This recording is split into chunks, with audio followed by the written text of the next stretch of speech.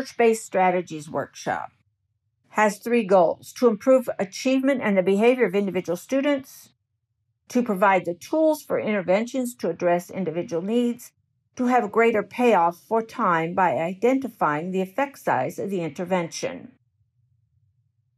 The first aspect of this workshop is diagnosis. We diagnose by individual need, by available resources, and by effect size.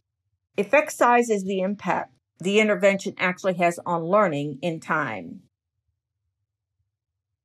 We look at academic interventions by content area, by cognitive issue, and by conceptual framework. And we look at behavioral and emotional interventions by planning, naming your feelings, and social interactions with others. These tools are diagnostic and give you the ways to actually make individual interventions and improve student achievement.